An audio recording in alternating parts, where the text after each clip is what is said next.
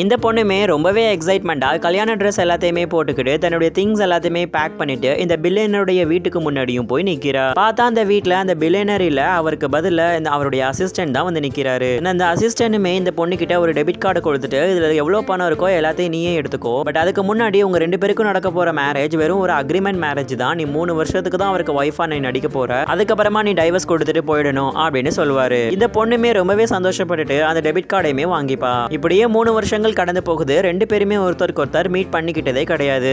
இந்த பொண்ணுமே அந்த பில்லியனருடைய கம்பெனிக்கும் போறாங்க. போயிட்டு லிஃப்ட்டுக்குள்ள போய் பார்த்தா பக்கத்துல இந்த சிஇஓ நின்னுட்டு இருக்காரு. இவர் வேற யாருமே கிடையாது, இந்த பொண்ணுடைய ஹஸ்பண்ட் தான். ஆனா இந்த பொண்ணுக்கு இவர் தான் நம்ம ஹஸ்பண்ட்னு தெரியாது. இந்த பொண்ணுமே அந்த பையன்ட்ட போய் கேக்குறா, உங்களுக்கு சிஇஓடைய ரூம் எங்க இருக்குன்னு தெரியுமா அப்படின்னு. நீங்க ஏன் அதை பத்தி கேக்குறீங்கன்னு கேட்கும்போது, நான் அந்த சிஇஓவை டைவர்ஸ் பண்றதுக்காக வந்திருக்கிறேன், இதுதான் எங்களுடைய டைவர்ஸ் ஃபார்ம் அப்படின்னு சொல்லும்போது அப்பதான் இந்த பையனுக்கும் தெரியுது, ஓ இவ தான் நம்மளுடைய ஒய்ஃபா அப்படின்னு. நீங்க முதல்ல அந்த ஃப்ரெண்ட் டெஸ்க்ல போயிட்டு அப்பாயின்மெண்ட் வாங்கிட்டு வாங்க அப்படின்னு சொல்லிடுறான். தென் இந்த சிஇஓ பையனுமே உடனே அவன் அசிஸ்டன்ட்க்கும் கால் பண்ணி டைவர்ஸ்க்கான எல்லா பேப்பர்ஸையுமே ரெடி பண்ண சொல்றான். தென் இந்த பேப்பர்ஸ் எல்லாமே வந்ததுக்கு அப்புறமா என்ன ஆச்சுங்கிறத தெரிஞ்சுக்கிறதுக்கு முன்னாடி நீங்க பார்க்குற 90% ஆஃப் பீப்பிள் சேனலை சப்ஸ்கிரைப் பண்ணாம தான் பாக்குறீங்க. ஸோ மறக்காம சேனலை சப்ஸ்கிரைப் பண்ணிட்டு தொடர்ந்து வீடியோவை பாருங்க. தென் இந்த அசிஸ்டன்ட்மே டைவர்ஸ் அக்ரிமெண்ட்கான பேப்பர்ஸ் எல்லாத்தையுமே அந்த பொண்ணு கிட்ட கொடுக்குறா. தென் இந்த பொண்ணுக்குமே முதல்ல கொடுத்த பணம் பத்தாதுன்னு சொல்லிட்டு இப்ப தேவையில்லாம திரும்பவும் 1 மில்லியன் அமௌண்ட்டை கொடுக்குறாங்க. ஆனா அந்த பொண்ணு இது எதுவுமே தனக்கு வேண்டான்னு சொல்லிட்டா. அதுக்கு பதிலா எனக்கு ஒரே ஒரு கோல்டு ஃபிஷ் மட்டும் தான் வேணும், நான் அதை வளர்த்துட்டு இருக்கிறேன், சோ அதை மட்டும் நீங்க எங்ககிட்ட இருந்து பிரிச்சிடக்கூடாது, அதை நானே பத்திரமா பார்த்துப்பேன்னு சொல்லிடுறா. சரின்னு இந்த சிஇஓவும்